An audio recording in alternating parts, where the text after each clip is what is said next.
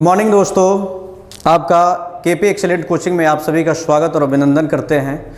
जैसे कि आप जानते हैं कि हमने जो कल पढ़ा स्वरों का उच्चारण स्थान हमने जो है देखा, और आज हम देखेंगे व्यंजन कि व्यंजन हमारे कौन से वर्ण होते हैं। और व्यंजन से आए दिन हर एक कंपटीशन में क्वेश्चन पूछे जाते हैं कि इन व्यंजन वर्णों की संख्या कितनी होती है या व्यंजन वर्ण हमारे कितने प्रकार के होते हैं। यहाँ से आए दिन हर एक कंपटीशन में क्वेश्चन पूछते हैं या व्यंजन वर्णों का उच्चारण स्थान क्या होता है, आज हम देखेंगे। तो देखिए कि व्यंजन किसे कहते हैं, यानी कि आप कह सकते हैं कि स्वर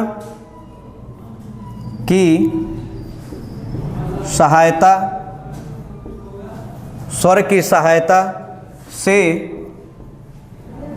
बोले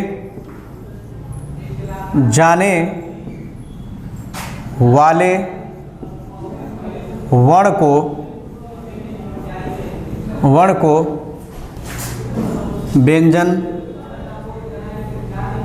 व्यंजन कहते हैं। जैसे कि आप जान पा रहे हैं कि व्यंजन हम किसे कहते हैं कि जो स्वर की सहायता से बोले जाने वाले वर्ण को हम क्या कहते हैं, व्यंजन कहते हैं। प्रत्येक व्यंजन के उच्चारण में आप कह सकते हैं, प्रत्येक व्यंजन के उच्चारण में अस्वर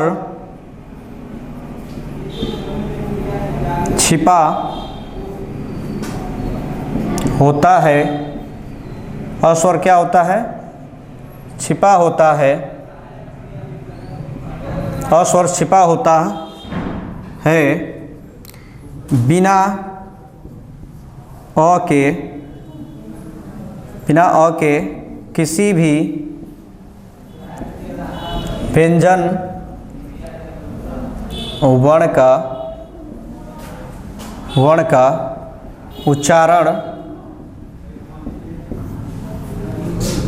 संभव नहीं है। जैसे कि आप देख पा रहे हैं कि स्वर की सहायता से बोले जाने वाले वर्ण को हम क्या कहते हैं, व्यंजन कहते हैं। प्रत्येक व्यंजन के उच्चारण में अस्वर क्या होता है? छिपा होता है। बिना अ के किसी भी व्यंजन वर्ण का उच्चारण संभव नहीं है। यानी कहने का मतलब ये है कि यदि अ ना हो तो क्या हम व्यंजन का उच्चारण कर सकते हैं। यानी कि कहता है कि स्वर की सहायता से बोले जाने वाले वर्ण को हम क्या कहते हैं, व्यंजन कहते हैं। प्रत्येक व्यंजन के उच्चारण में अ ध्वनि क्या होती है? छुपी होती है। तो यदि ये जो क की आकृति हम जो दे रहे हैं, तो इसमें अगर हलंत लगा देते हैं तो आपका क्या होता है? अगर हलंत लगा दिए तो ये आ आपका जो है क्या होता है? बाहर हो जाता है ये अ। यानी कि क में क्या छिपा था? अ छिपा था। इसलिए हम कहते हैं कि स्वर की सहायता से बोले जाने वाले वर्ण को हम क्या कहते हैं? व्यंजन कहते हैं। तो जो भी हमारे व्यंजन के स्वरूप लिखे जाते हैं तो कुछ इस तरीके से लिखे जाते हैं, क, ख, ग, घ, अंग। ये सभी हमारे वर्ण क्या हैं? व्यंजन है और अपनी मूल अवस्थाएं लिए हुए हैं।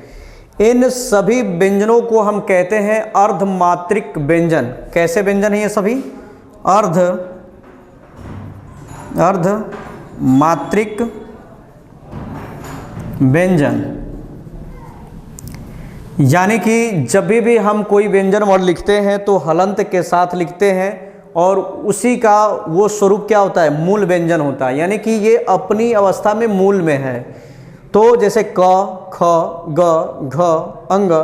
तो ये जो आप देख पा रहे हैं ये हलंत है। तो ये हलंत के साथ लिखे जाने वाले वर्ण को ये क्या कहते हैं? हम अर्धमात्रिक व्यंजन के नाम से इन्हें जानते हैं। जैसे आप देख पा रहे हैं कि क में भी हलंत है, ख में भी हलंत है, ग में भी है, घ में भी है और अंग में भी आपके क्या है? हलंत लगे हुए हैं। इन्हीं वर्णों के जो व्यंजन हमारे वर्ण होते हैं, इनके ऊपर यदि हलंत लग गया है तो ये अपनी मूल अवस्थाएं लिए हुए हैं और इन्हीं मूल अवस्थाओं का नाम क्या है? अर्धमात्रिक व्यंजन है। यानी कि ये जो स्वरूप क का बना हुआ है हलंत के साथ, तो ऐसे वर्णों को हम क्या कहते हैं? अर्धमात्रिक व्यंजन कहते हैं। आशा करते हैं कि आपको ये समझ में आ रहा होगा। तो आगे देखते हैं कि व्यंजन हमारे कितने प्रकार के होते हैं, और व्यंजन जो हमारे प्रकार हैं, स्पर्शी व्यंजन है, अंतस्थ व्यंजन और ऊष्म व्यंजन, ये मूल रूप से उनके प्रकार होते हैं। एक चौथा व्यंजन भी हम पढ़ते हैं जिसका नाम होता है क्या, संयुक्त व्यंजन। तो जैसे हम जान पाए कि व्यंजन के प्रकार, व्यंजन हमारे कितने प्रकार के होते हैं, तो पहला स्पर्श व्यंजन,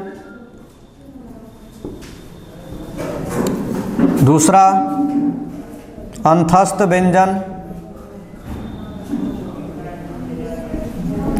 व्यंजन, तीसरा आपका हो जाएगा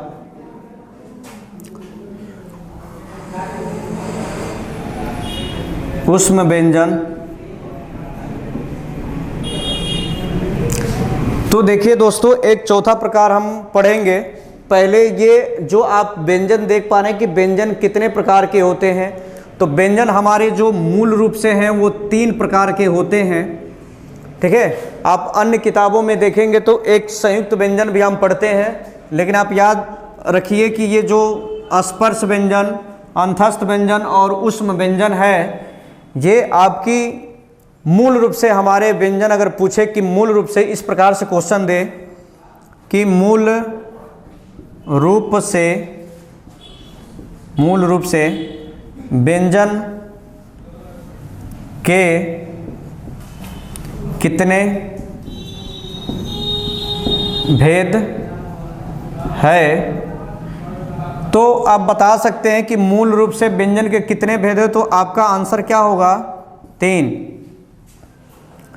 तो आपका आंसर क्या हो जाएगा, 3 हो जाएगा। तो जो 3 आपके हैं, स्पर्श व्यंजन, अंतस्थ व्यंजन और ऊष्म व्यंजन, ये मूल रूप से आते हैं। जो हम एक चौथा पढ़ते हैं उसको बाद में ऐड किया गया था, जिसका नाम होता है संयुक्त व्यंजन।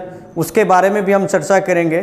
पहले हम देख लेते हैं कि ये स्पर्श व्यंजन हमारे कौन से होते हैं, या स्पर्श ध्वनियाँ के नाम से ये जाने जाते हैं।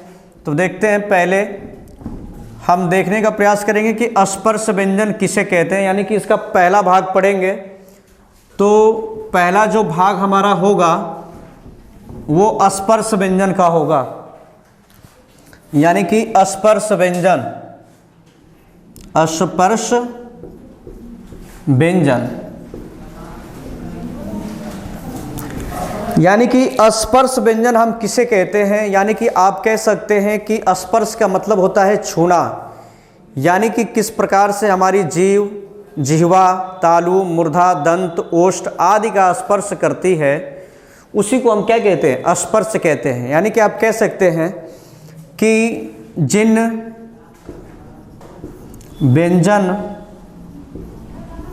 व्यंजन वर्णों का उच्चारण करते समय हवा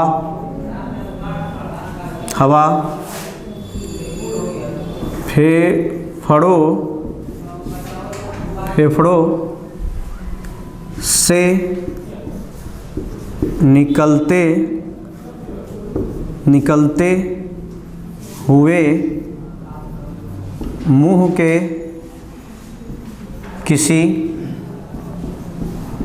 किसी विशेष स्थान, मुंह के किसी विशेष स्थान, जैसे में देखेंगे कंठ, तालु, मूर्धा, दंत, ओष्ठ आदि का स्पर्श करते हुए निकले उसे स्पर्श व्यंजन कहते हैं। जैसे कि देख पा रहे हैं आप दोस्तों कि स्पर्श व्यंजन हम किसे कहते हैं कि जिन व्यंजन वर्णों का उच्चारण करते समय हवा फेफड़ों से निकलते हुए मुंह के किसी विशेष स्थान जैसे कि कंठ, तालु, मूर्धा, दंत, ओष्ठ आदि का स्पर्श करते हुए निकले उसे स्पर्श व्यंजन कहते हैं। यानी कि आपको पता है कि जिन व्यंजन वर्णों का उच्चारण करते समय हवा फेफड़ों से निकलते हुए मुख के किसी विशेष स्थान जैसे कि कंठ, तालु, मूर्धा, दंत, ओष्ठ आदि का स्पर्श करते हुए निकले उससे हम क्या कहते हैं? स्पर्श व्यंजन कहते हैं। तो देखेंगे कि स्पर्श व्यंजन हमारे कौन कौन से वर्ण होते हैं। तो देखते हैं कि हमारे स्पर्श वर्ण कौन से होते हैं। यानी कि हम कह सकते हैं कि क से लेके म तक के जो भी हमारे वर्ण होते हैं उन्हीं को हम क्या कहते हैं? स्पर्श व्यंजन कहते हैं। यानी कि स्पर्श व्यंजन हमारे कौन से होंगे? क से लेके म तक के वर्ण। तो देखिए क, ख, ग, घ, अंग, च, छ, ज, झ, इ, ट, ठ, ड, ढ, अड़, त, थ, द, ध, न, प, फ, ब, भ, म। तो जैसे कि आप देख पा रहे हैं दोस्तों कि ये क्या है? क से लेके अंग तक लिखा गया है, च से लेके यहाँ तक, ट से लेके अड़ तक, त से लेके न तक और प से लेके म तक। तो आप कह सकते हैं कि ये जो हमारे वर्ण होते हैं क से लेके म तक के वर्ण को हम क्या कहते हैं? स्पर्श व्यंजन कहते हैं। और इन्हीं को हम क्या कह सकते हैं कि क वर्ग, ये क वर्ग, च वर्ग, ट वर्ग, त वर्ग, प वर्ग। यानी कि जब भी इनकी बात की जाती है स्पर्श व्यंजनों की तो इनका एक नाम और रख सकते हैं आप, क्योंकि इनको हम कहते हैं क्या? वर्गीय व्यंजन। और वर्गीय व्यंजन क्यों कहा गया है? क्योंकि इनके वर्ग होते हैं। यानी कि ये क वर्ग है तो इसमें 5 वर्ण हमारे आते हैं। जैसे आप काउंट कर सकते हैं 1, 2, 3, 4, 5। तो इनकी संख्या हमारी 5 होती है। तो एक वर्ग में 5 वर्ण है तो ये 5 वर्ग है तो टोटल वर्णों की जो संख्या हो जाती है हमारी कितनी? 25 हो जाती है। क्योंकि हर एक वर्ग में यानी कि क वर्ग में 5 वर्ण, च वर्ग में 5 वर्ण, ट वर्ग में 5 वर्ण और त वर्ग में भी आपके 5 वर्ण होते हैं और प वर्ग में भी आपके 5 वर्ण होते हैं। तो इस तरीके से हम इनकी संख्या अगर ज्ञात करनी हो और पूछे कि स्पर्श व्यंजनों की संख्या कितनी होती है तो आप बता सकते हैं कि स्पर्श व्यंजनों की संख्या कितनी है? 25 होती है। आप काउंट भी कर सकते हैं 1, 2, 3, 4, 5, 6, 7, 8, 9, 10, 11, 12, 13, 14, 15, 16, 17, 18, 19, 20, 21, 22, 23, 24, 25। तो जैसे हमें ज्ञात हो गया कि स्पर्श व्यंजनों की संख्या कितनी है? 25 है। और हमारे वर्गीय व्यंजनों की संख्या भी कितनी है? 25 है। तो इसलिए ये वर्गों में विभक्त हैं, इसलिए इनका नाम स्पर्शीय व्यंजन का नाम क्या हो गया? एक वर्गीय व्यंजन के नाम से जानते हैं। जैसे कि हमें आपको बताना था कि स्पर्श क्यों है, तो स्पर्श इसका नाम इसलिए रखा गया कि जब भी हम किसी वर्ण का उच्चारण जब करते हैं तो हमारी जिह्वा, जैसे आपको परिभाषा बताया गया कि स्पर्श व्यंजन किसे कहते हैं, तो परिभाषा से स्पष्ट होता है कि जिन व्यंजन वर्णों का उच्चारण करते समय हवा फेफड़ों से निकलते हुए मुख के किसी विशेष स्थान जैसे कि कंठ, तालु, मूर्धा, दंत, ओष्ठ आदि का स्पर्श करते हुए निकले उसे हम क्या कहते हैं? स्पर्श व्यंजन कहते हैं। तो जैसे कि हम जाने कि कैसे हमारे कौन से वर्ण कंठ के हैं, कौन से वर्ण तालु के हैं, कौन से वर्ण दंत के हैं, कौन से वर्ण ओष्ठ के हैं। तो इस क्रम में हमें देखना होगा कि कौन से हमारे वर्ण या उनका उच्चारण स्थान क्या है, क्यों हम इनको स्पर्श कहते हैं। तो जैसे आप देख पा रहे हैं कि ये जो क ध्वनि है, तो जब हम क का उच्चारण करते हैं क, तो ये कंठ की हमारी ध्वनि होती है, यानी कि कंठ से ये वर्ण हमारे उच्चरित होते हैं। आप बोल के देख सकते हैं, बोलिए क, ख, ग, घ, अंग।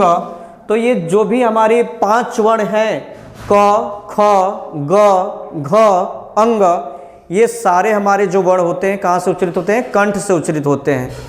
यानी कि जब आप क का उच्चारण करेंगे तो इस प्रकार से करिएगा क, ख, ग, घ, अंग। तो ये हमारे सभी जो वर्ण हैं ये किसके हैं, तो कंठ के हैं, यानी कि इसे हम क्या कह सकते हैं, कंठ वर्ण कह सकते हैं। ठीक उसी प्रकार से जब च का उच्चारण हम करते हैं तो च का उच्चारण यानी कि तालु से होता है। जो जीभ का, जब जीभ हमारी तालु के भाग को स्पर्श करती है तब इन वर्णों का उच्चारण होता है।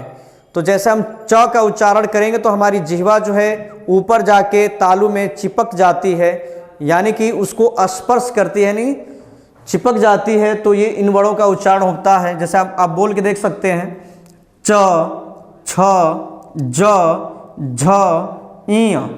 तो जो हमारी जिह्वा है ये ऊपर तालु में चिपकती है, तभी इन वर्णों का उच्चारण हो पाता है, इसलिए इसको हम कहते हैं तालु। जैसे कि आप देख पा रहे हैं इनका उच्चारण क्या है, च का उच्चारण क्या है, तालु। च, छ, ज, झ, इ, इन 5 वर्णों का जो उच्चारण स्थान है क्या हुआ, तालु हो गया। फिर उसी क्रम में देखेंगे कि ट का उच्चारण क्या है।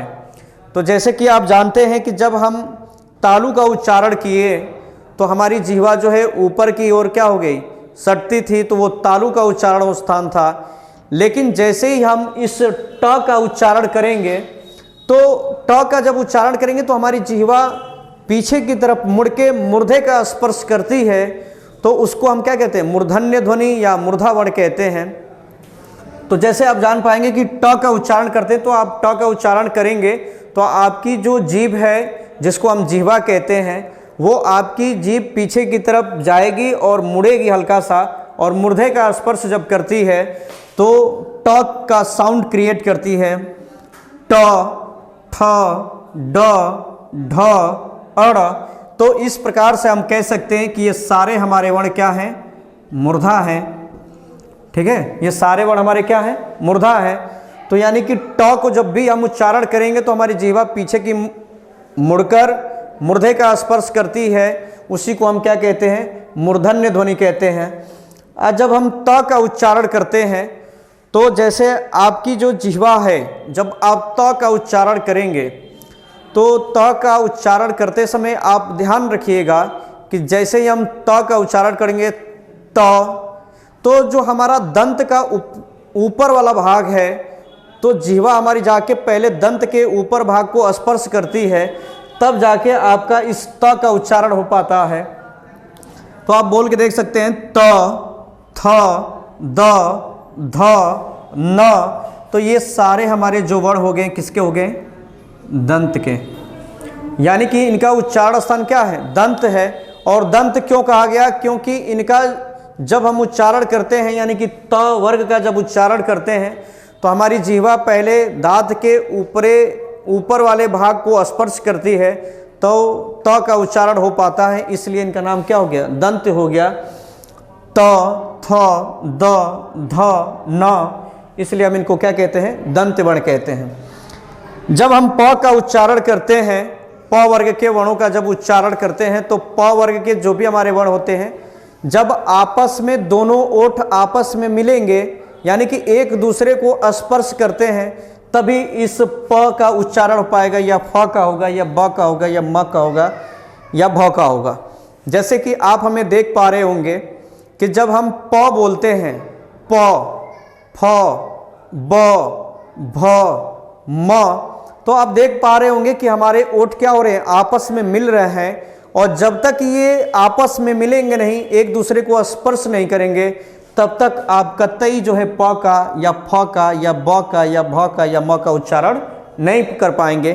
तो यानी कि आप कह सकते हैं कि प का उच्चारण हमारे जब दोनों ओठ आपस में मिलते हैं, ओठ या वोष्ठ कह सकते हैं, तो जब ओठ हमारे दोनों आपस में मिलते हैं तभी प का उच्चारण हो पाता है। जैसे आप बोलेंगे प, फ, ब, भ, म, तो आप देख पा रहे होंगे कि आपके दोनों ओठ ही क्या हो रहे हैं, आपस में मिल रहे हैं और एक दूसरे को स्पर्श कर रहे हैं, तभी इनका उच्चारण हो पा रहा है। तो इसलिए इनको हम कहते हैं क्या, ओष्ठ वर्ण। क्या कहते हैं, ओष्ठ वर्ण। यानी कि प का उच्चारण स्थान आपने क्या देखा, यानी कि प का उच्चारण जो है क्या था, प, फ, ब, भ, म, ये सारे हमारे जो वर्ण हैं ये ओष्ठ से उच्चरित होते हैं। आप देख सकते हैं कि जो क वर्ण है, क, ख, ग, घ, अंग, ये कंठ के वर्ण है। फिर आप देख सकते हैं कि च, छ, ज, झ, इ, तालु वर्ण है, ट, ठ, ड, ढ, अड़ मूर्धा वर्ण है, त, थ, द, ध, न दंत वर्ण है, प, फ, ब, भ, म, इसको हम क्या कहते हैं, ओष्ठ वर्ण कहते हैं। तो जैसे आपको स्पष्ट हो गया होगा कि हमने कहा था कि जिन व्यंजन वर्णों का उच्चारण करते समय हवा फेफड़ों से निकलते हुए मुख के किसी विशेष स्थान जैसे कि क्या है, कंठ, तालु, मूर्धा, दंत, ओष्ठ आदि का स्पर्श करते हुए निकले, उसी को हम क्या कहते हैं, स्पर्श व्यंजन कहते हैं। यानी कि आप कह सकते हैं कि जो हमारे स्पर्श व्यंजन होते हैं, स्पर्श व्यंजन वर्णों की, स्पर्श व्यंजन वर्णों की संख्या, स्पर्श व्यंजन वर्णों की संख्या कितनी होती है, तो आप आंसर दे सकते हैं कितनी होती है, 25 होती है। यानी कि आप कह सकते हैं स्पर्श व्यंजन वर्णों की संख्या कितनी होती है, 25 होती है। और एक आप ये भी कह सकते हैं कि क से लेकर म तक, क से लेके म तक के वर्ण स्पर्श व्यंजन होते हैं। यानी कि दोस्तों आप देख रहे होंगे कि स्पर्श व्यंजन किसे कहते हैं। ये क वर्ग है, क वर्ग के सारे वर्ण हमारे कैसे होते हैं, कंठ से उच्चरित होते हैं। च वर्ग के हमारे जितने भी वर्ण हैं तालु से उच्चरित होंगे, और ट वर्ग के जितने भी हमारे वर्ण हैं मूर्धा से इनका उच्चारण होगा, और त वर्ग के जितने भी हमारे वर्ण हैं दंत से इनका उच्चारण होगा, और प वर्ग के जितने भी हमारे वर्ण हैं ओष्ठ से उच्चारण होगा। और ये जो क से लेके हम म तक की बात कर रहे हैं, इनको आप कह सकते हैं कि स्पर्श व्यंजन वर्णों की संख्या कितनी होती है, तो 25 होती है। और क से लेकर म तक के वर्ण स्पर्श व्यंजन होते हैं। यानी कि क से लेके म तक के वर्ण कैसे होते हैं, स्पर्श व्यंजन होते हैं। ठीक है, तो दोस्तों आशा कर रहे होंगे कि आपको ये स्पर्श व्यंजन समझ में आया होगा, और अगले वीडियो में हम जान पाएंगे कि अंतस्थ व्यंजन किसे कहते हैं और उष्म व्यंजन किसे कहते हैं। धन्यवाद।